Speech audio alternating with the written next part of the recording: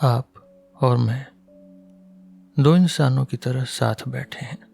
सोचिए, हम एक सुंदर रास्ते पर टहल रहे हैं जहाँ खूब सारे पेड़ और पंछी हैं। हम साथ बैठकर अपनी जिंदगी की उलझनों पर बात कर रहे हैं। हम पुराने दोस्त हैं, इसलिए हमारे पास बातें करने के लिए बहुत समय है। मैं आपको अपनी बात मनवाने की कोशिश नहीं करूंगा और न ही हम आपस में बहस करेंगे। हम बस साथ मिलकर यह देखेंगे कि बाहर की दुनिया कैसी है और हमारे मन के अंदर की दुनिया वो कैसी है। बाहर की दुनिया जैसे लोग, सोसाइटी और पैसे का मामला, इस पर तो बहुत सारी किताबें लिखी गई हैं, लेकिन हमारे अपने बारे में बहुत कम लिखा गया है। हम असल में क्या हैं? इंसान ऐसा क्यों करते हैं जैसा वो कर रहे हैं? हम एक दूसरे को मारते क्यों हैं? हम हमेशा मुश्किल में क्यों रहते हैं? हम क्यों किसी किताब या किसी बड़े आदमी के पीछे आंख बंद करके भागते हैं? हमारे रिश्ते अपने दोस्तों, पति या पत्नी और बच्चों के साथ अच्छे क्यों नहीं हैं? इतने सालों बाद भी इंसान इतना बुरा क्यों हो गया है? हमारे अंदर दूसरों के लिए फिक्र और प्यार क्यों खत्म हो गया है? दुनिया में हजारों सालों से जंग चल रही है। हम बड़ी लड़ाइयां रोकने की कोशिश तो करते हैं, पर लड़ना कभी बंद नहीं करते। लोग एक दूसरे को परेशान करते हैं, इसी वजह से हम उदास और अकेले महसूस करते हैं। हमें हमेशा घबराहट रहती है और हम खुद को असुरक्षित महसूस करते हैं। हमारे रिश्तों में लड़ाई झगड़े बढ़ गए हैं। यही वो दुनिया है जिसमें हम रह रहे हैं। शायद हमें इस बात का पता ही नहीं है। हमारा दिमाग पुरानी बातों और पुराने ज्ञान से भरा पड़ा है। मेरी एक विनती है, जो भी मैं कह रहा हूं उसे बस ऐसे ही सच मत मानिए और नहीं एकदम से मना कीजिए। सवाल पूछिए, डाउट कीजिए। किसी की बातों में जल्दी मत आइए, क्योंकि हमें कोई भी आसानी से बहला सकता है। अगर हमें गहरी बातें करनी है तो हमारा दिमाग एकदम आजाद होना चाहिए। हमें पुरानी सोच को छोड़कर नई तरह से सोचना होगा, तभी हम एक दूसरे की बात सही तरीके से समझ पाएंगे। शब्दों का मतलब समझना जरूरी है ताकि हम एक दूसरे से जुड़ सकें। कल की तरह आज भी आइए हम साथ मिलकर यह देखें कि हमारी सोच कैसे काम करती है। हमारी पूरी जिंदगी इसी सोच विचार पर चलती है। हम जो भी करते हैं, यहाँ तक कि हमारी पूजा पाठ और प्रार्थना भी इसी सोच पर टिकी है। इसी सोच ने दुनिया को अलग अलग देशों में बांट दिया है, जिसकी वजह से लड़ाइयाँ होती हैं। इसी ने हमें धर्म के नाम पर हिंदू, मुसलमान, ईसाई और बौद्ध जैसे हिस्सों में बांट दिया है। इस सोच ने न सिर्फ दुनिया का नक्शा बदला है, बल्कि इंसान के मन को भी टुकड़ों टुकड़ों में तोड़ दिया है। इंसान आज पूरी तरह बिखरा हुआ है, चाहे वह उसका काम ही क्यों न हो। अगर कोई प्रोफेसर है तो वह अपनी छोटी सी दुनिया में खोया रहता है। कोई बिजनेसमैन है तो वह सिर्फ पैसा कमाने में लगा है। कोई नेता है तो वह बस अपनी राजनीति में डूबा है, और जो लोग खुद को धार्मिक कहते हैं वे अपनी पूजा और रीति रिवाजों में फंसे हैं। हम सब एक कटी फटी जिंदगी जी रहे हैं। हमारी जिंदगी का हर हिस्सा अपनी अलग ताकत लगाता है और अक्सर एक हिस्सा दूसरे हिस्से से टकराता रहता है। जब हम खुद को और दूसरों को इस तरह बांटते हैं तो हमारी बहुत सारी ताकत झगड़ों में बर्बाद हो जाती है। हम अपनी सुरक्षा के लिए लड़ते हैं और अपनी ताकत खो देते हैं। अक्सर हम कहते कुछ हैं और करते कुछ और हैं। यह एक तरह का दिखावा है।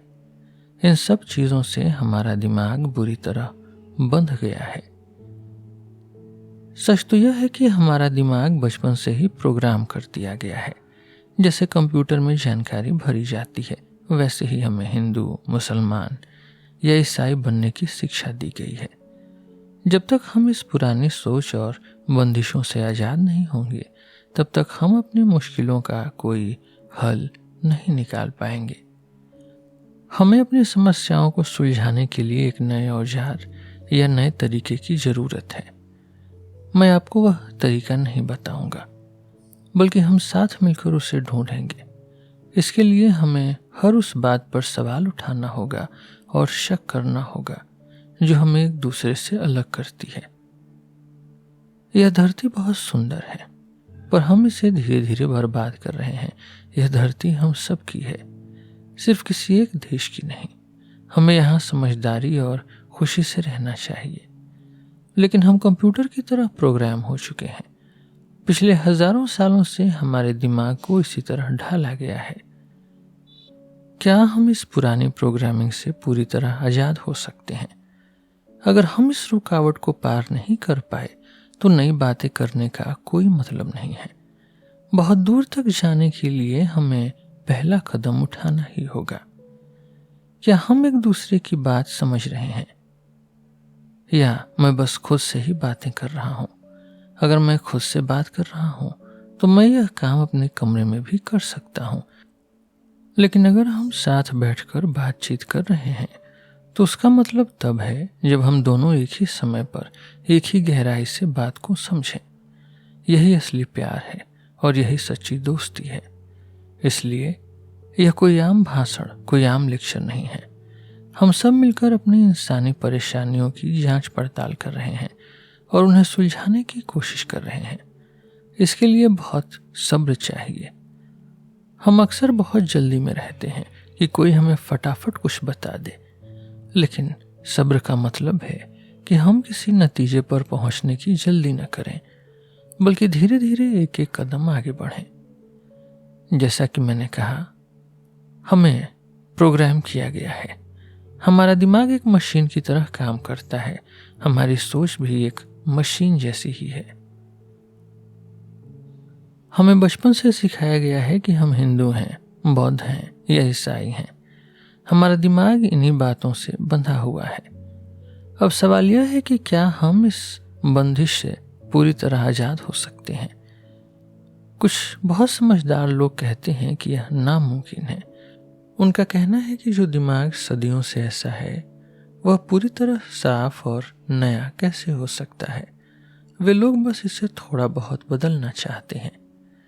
लेकिन मेरा कहना यह है कि हम इस बंदिश को ध्यान से देख सकते हैं और इससे पूरी तरह आजाद हो सकते हैं।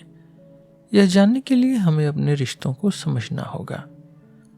रिश्ता एक आईने की तरह है, जिसमें हम खुद को देख सकते हैं कि हम असल में कैसे हैं। पूरी जिंदगी रिश्तों का ही एक खेल है। दुनिया में कोई भी चीज ऐसी नहीं है जिसका किसी और से कोई नाता न हो। यहाँ तक कि एक साधु भी जो दुनिया छोड़कर अकेला रहता है, वह भी अपनी पुरानी यादों और लोगों से जुड़ा रहता है। आप रिश्तों से भाग नहीं सकते। इसी आईने में हमें अपनी असलियत दिखती है। हमारा डर, हमारा फियर, गुस्सा, अकेलापन, दुख और तकलीफ, यही हमें पता चलता है कि क्या हम वाकई प्यार करते हैं या नहीं। रिश्तों को समझना बहुत जरूरी है, क्योंकि यही जिंदगी की जड़ है। हमारे पास एक दूसरे के लिए बस यही एक चीज है। अगर हम सही रिश्ता नहीं बना पाते और अपनी पत्नी या पति से अलग होकर बस अपनी छोटी सी दुनिया में जीते हैं, तो यह अकेलेपन वाली जिंदगी हमें तबाह कर देगी। जब तक हम रिश्तों को नहीं समझेंगे, हम नया समाज नहीं बना पाएंगे। दुनिया में बहुत सारी क्रांतियां हुई, जैसे रूस में, लेकिन वहां भी वही पुरानी कहानी दोहराई गई। कुछ खास लोग यानी एलीट ऊपर बैठ गए और बाकी सब वैसे ही रहा। तो हम जांच पड़ताल करेंगे कि रिश्ता असल में है क्या। क्यों इंसान इतने सालों में भी ऐसा रिश्ता नहीं बना पाया जिसमें कोई किसी को दबाए नहीं या किसी पर हक न जताए? क्यों हमेशा हम और वो के बीच दीवार रहती है? हमें इसे सिर्फ दिमाग से नहीं समझना, क्योंकि सिर्फ बातों से कुछ नहीं होता।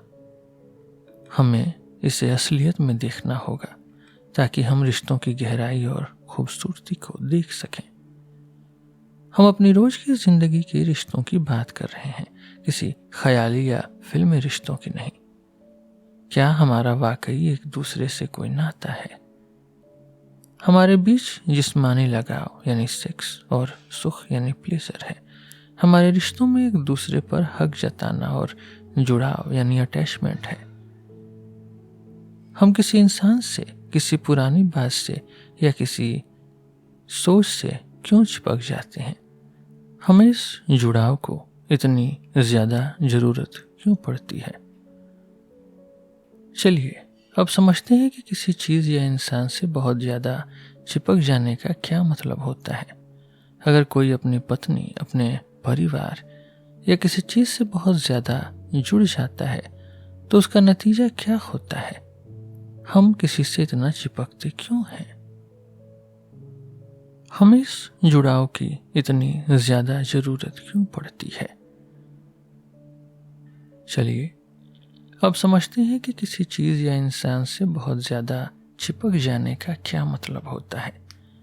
अगर कोई अपनी पत्नी, अपने परिवार या किसी चीज से बहुत ज्यादा जुड़ जाता है तो उसका नतीजा क्या होता है? हम किसी से इतना चिपकते क्यों हैं? जब भी आप किसी चीज से जुड़ते हैं यानी अटैच्ड होते हैं तो उसके अंदर हमेशा एक डर छिपा होता है, उसे खो देने का डर। मन में हमेशा एक बेचैनी रहती है, एक अनसर्टेनिटी। आप खुद अपने अंदर झांक कर देखिए, इसमें हमेशा एक दूरी बनी रहती है। मान लीजिए मैं अपनी पत्नी से बहुत जुड़ा हूं। क्यों? क्योंकि मुझे उसके साथ रहने में मजा आता है। वह मेरा साथ देती है, वह मेरे लिए खाना बनाती है।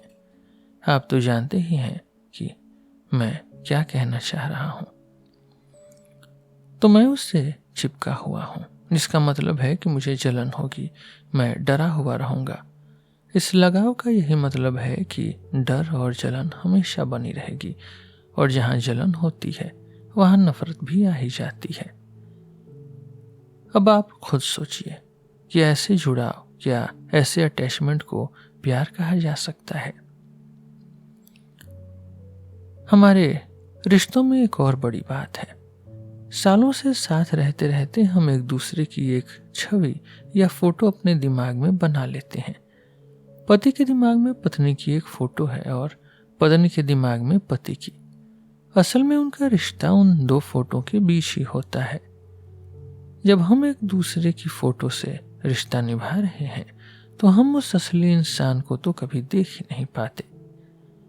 बचपन से ही हम अपने बारे में और दूसरों के बारे में ऐसी ढेर सारी तस्वीरें बना लेते हैं। अब एक बहुत जरूरी बात, क्या हम अपने रिश्तों में बिना किसी फोटो के रह सकते हैं? आप लोगों ने भी मेरे बारे में अपने मन में एक फोटो बना ली होगी, है ना? पर सच तो यह है कि आप मुझे जानते ही नहीं हैं। मैं तो बस यहाँ स्टेज पर बैठकर बातें कर रहा हूँ। आपका मुझसे कोई रिश्ता नहीं है, क्योंकि आपके मन में मेरी बस एक तस्वीर है। ऐसे ही आपने नेताओं, गुरुओं और व्यापारियों के बारे में भी तस्वीरें बना रखी हैं। क्या आप बिना किसी फोटो के जी सकते हैं? हम ये तस्वीरें क्यों बनाते हैं? क्योंकि इससे हमें सुरक्षित महसूस होता है। पर याद रखिए, प्यार कोई सोच विचार नहीं है। प्यार कोई मजा या मन की तस्वीरें नहीं है। जब तक आपके मन में दूसरे के लिए कोई फोटो बनी हुई है, तब तक वहां प्यार हो ही नहीं सकता। अभी तो हमारे रिश्ते दो सीधी लाइनों की तरह हैं, जो साथ तो चलती हैं पर कभी आपस में नहीं मिलती। पति ऑफिस चला जाता है और आजकल पत्नी भी काम पर जाती है। पति को तरक्की और पैसे का लालच है और पत्नी भी पैसा कमाने में लगी है। वे बस घर पर बच्चे पैदा करने के लिए मिलते हैं, फिर बच्चों की जिम्मेदारी का बोझ आ जाता है। आप बस यही चाहते हैं कि आपके बच्चे भी आपकी तरह बन जाएं, उनकी शादी हो जाए, घर हो और नौकरी मिल जाए। यही हमारी रोज की जिंदगी है और यह सच में बहुत दुख वाली बात है। इंसान इन फोटो के सहारे क्यों जीता है? आपके सारे भगवान भी तो आपके दिमाग की बनी हुई तस्वीरें ही हैं। जब हमारा मन डरा हुआ होता है तो वह अपनी तसल्ली के लिए ऐसी तस्वीरें बना लेता है और फिर उनकी पूजा करने लगता है।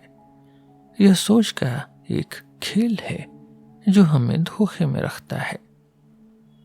तो क्या हम अपने रिश्तों में इस पुरानी आदत से आजाद हो सकते हैं? इसके लिए हमें रिश्तों के आईने यानी मिरर में खुद को बहुत ध्यान से देखना होगा। हमें देखना होगा कि हम मशीन की तरह कैसे काम करते हैं। इसी आईने में, इसी मिरर में आपको अपनी असलियत पता चलेगी। इसीलिए रिश्तों को समझना सबसे ज्यादा जरूरी काम है। आप अपने आप को रिश्तों यानी रिलेशनशिप के आईने में कैसे देख सकते हैं? क्या आपने कभी सोचा है कि देखने का असली मतलब क्या है? मान लीजिए आप शादीशुदा हैं। आपकी पत्नी के साथ आपका जो रिश्ता है वह एक आईने जैसा है। उसमें आप देख सकते हैं कि आप असल में कैसे हैं। किताबी बातों को छोड़ दीजिए कि आपके अंदर कोई भगवान बैठा है, वह सब बेकार बातें हैं। बस यह देखिए कि आप सच में कैसे हैं। अब सवाल है कि देखना क्या होता है। जैसे आप किसी पेड़ को देखते हैं जो दुनिया की सबसे प्यारी चीज है, तो आप उसे कैसे देखते हैं? क्या आपने कभी नए चांद को देखा है? वह कितना ताजा और सुंदर लगता है। क्या आप चांद को चांद कहे बिना देख सकते हैं? क्या आपको इन बातों में मजा आ रही है? मैं तो एक नदी की तरह बोलता जा रहा हूं। आप किनारे पर बैठकर नदी देख तो नहीं है, पर आप कभी नदी नहीं बन पाते क्योंकि आप इसकी खूबसूरती में डूबते ही नहीं। जब आप किसी पेड़ या फूल को देखते हैं तो क्या आप उसे कोई नाम दिए बिना देख सकते हैं? क्या आप अपनी पत्नी, पति या बच्चों को मेरी पत्नी या मेरा पति कहे बिना देख सकते हैं? क्या आपने कभी ऐसी कोशिश की है? जब आप किसी को बिना किसी नाम या बिना किसी पुरानी फोटो को देखते हैं, तब आपके अंदर से वह मैं गायब हो जाता है जो दूसरों को देख रहा था। यह शब्द ही असल में सोच है, थॉट है। और यह सोच, यह थॉट हमारी पुरानी यादों से, हमारी मेमोरी से आती है।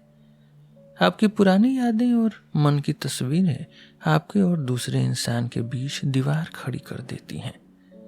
जब कोई तस्वीर नहीं होगी तभी सही रिश्ता बनेगा, तभी प्यार और गहराई आएगी। हमारा दिमाग एक कंप्यूटर की तरह प्रोग्राम हो चुका है। ईसाइयों को 2000 साल से और हिंदुओं को हजारों साल से एक ही तरह की बातें सिखाई गई हैं। हजारों सालों के ज्ञान और एक्सपीरियंस ने हमारे दिमाग को एक खास तरीके से ढाल दिया है। मैं कोई दिमाग का डॉक्टर नहीं हूं। मैं तो बस यह कह रहा हूं कि अपनी सोच को खुद चलते हुए देखिए। आपका नाम, आपका डर, आपकी घबराहट और आपका देश, यह सब आपकी सोच ने ही बनाया है। इसी को समझने के लिए हमें अपनी मेहनत या कोशिश करने के तरीके को समझना होगा। क्या हम आगे बढ़ें? आप थक तो नहीं गए? अगर आप सच में मेरा साथ दे रहे हैं तो आपका दिमाग अभी बहुत तेजी से काम कर रहा होगा। आप सवाल पूछ रहे होंगे और खुद को परख रहे होंगे। इसमें बहुत मेहनत लगती है, इसलिए शायद आप थक गए होंगे। पर चलिए, मैं अपनी बातें जारी रखता हूं। दुनिया भर के इंसान हमेशा आपस में और खुद से क्यों लड़ते रहते हैं? जरा खुद से पूछिए। आपका ध्यान लगाना एक लड़ाई है। आपकी पूजा पाठ भी एक लड़ाई है। इंसान हमेशा संघर्ष यानी स्ट्रगल, दर्द और कॉन्फ्लिक्ट में क्यों रहता है? इसकी असली वजह क्या है? याद रखिए, अगर किसी चीज की कोई वजह होती है तो उसे खत्म भी किया जा सकता है। जैसे डॉक्टर बीमारी की जड़ पकड़ ले तो इलाज हो सकता है। मैं आपको इसकी वजह नहीं बताऊंगा। आपको खुद अपने अंदर झांक कर इसे अभी इसी वक्त ढूंढना होगा। क्या इसकी बहुत सारी वजहें हैं या सिर्फ एक? एक बड़ी वजह है कुछ और बनने की चाह। मैं जैसा हूं वैसा नहीं रहना चाहता, बल्कि कुछ और बनना चाहता हूं। मान लीजिए मैं लालची हूं, और मैं उम्मीद करता हूं कि मैं लालची न रहूं, यानी मैं अभी जो हूं उससे अलग कुछ बनने की कोशिश कर रहा हूं। मैं हिंसक हूं, पर मैं शांत बनना चाहता हूं। जैसे एक नन्हा पौधा धीरे धीरे बड़ा पेड़ बन जाता है, उसे हम बदलाव या इवोल्यूशन कहते हैं।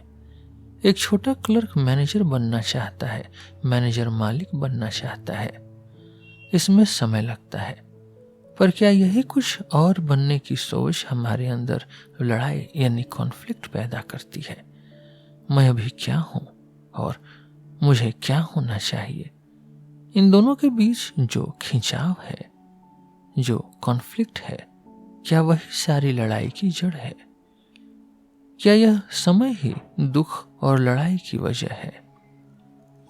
क्या दो चीजों के बीच का खिंचाव, डुअलिटी ही लड़ाई की असली जड़ है?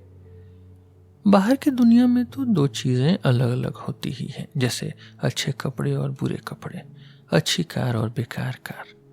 यह तो समझ आता है, पर क्या हमारे मन के अंदर भी ऐसा ही है? मैं गुस्सैल हूं और मैं शांत बनने की कोशिश कर रहा हूं। यहीं से मन की लड़ाई शुरू होती है। असल बात तो यह है कि गुस्सा एक सच है, पर शांति तो बस एक ख्याली बात है जिसे हमने खुद बनाया है।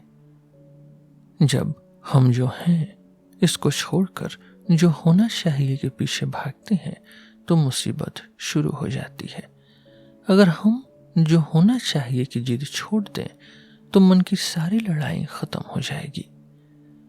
हिंसा क्या है? वायलेंस क्या है? यह सिर्फ किसी को मारना या गुस्सा करना नहीं है। जानवरों को मारना और नेचर को नुकसान पहुंचाना भी हिंसा है। यहां तक कि किसी की नकल करना या वैसा बनने की कोशिश करना जो आप नहीं हैं, यह भी हिंसा ही है। क्या आप अपने इस गुस्से को बिना किसी डर के देख सकते हैं? उसे दबाने या उससे भागने के बजाय उसे एक कीमती हीरे की तरह बस गौर से देखिए। अब एक बहुत काम की बात समझिए। क्या आप गुस्से से अलग कोई चीज हैं? नहीं, आप ही वह गुस्सा हैं। लालच, नफरत, जलन और दुख, ये सब आपसे अलग नहीं है, ये आप ही हैं। हमने इन्हें खुद से अलग मान लिया है, इसीलिए हम इन्हें काबू करने की कोशिश करते हैं और परेशान रहते हैं। पर अगर आप यह समझ जाएं कि देखने वाला यानी ऑब्जर्वर और जो देखा जा रहा है यानी ऑब्जर्व्ड एक ही है, तो सब बदल जाएगा। जब तक मन के अंदर दूरियां रहेंगी तब तक लड़ाई चलती रहेगी। हमारा यह मैं, हमारा यह सेल्फ ही सारी लड़ाई, सारी कॉन्फ्लिक्ट की जड़ है। अगर आप इस लड़ाई को बिना किसी रोक टोक के बस देखेंगे, जैसे आप आसमान या समुद्र को देखते हैं, तो आपको इसके सारे राज खुद ब खुद समझ आ जाएंगे। आपको कोई दिमागी जांच पड़ताल करने की जरूरत नहीं पड़ेगी। जब हमारा दिमाग इस पुरानी सोच और पुरानी आदतों से पूरी तरह आजाद हो जाता है, तभी जीवन में प्यार और दया आती है। और सच तो यह है कि यही असली समझदारी है।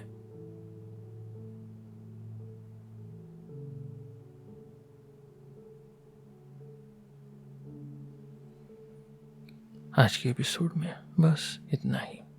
हम फिर मिलेंगे आपसे एक नए एपिसोड में एक नए टॉपिक के साथ।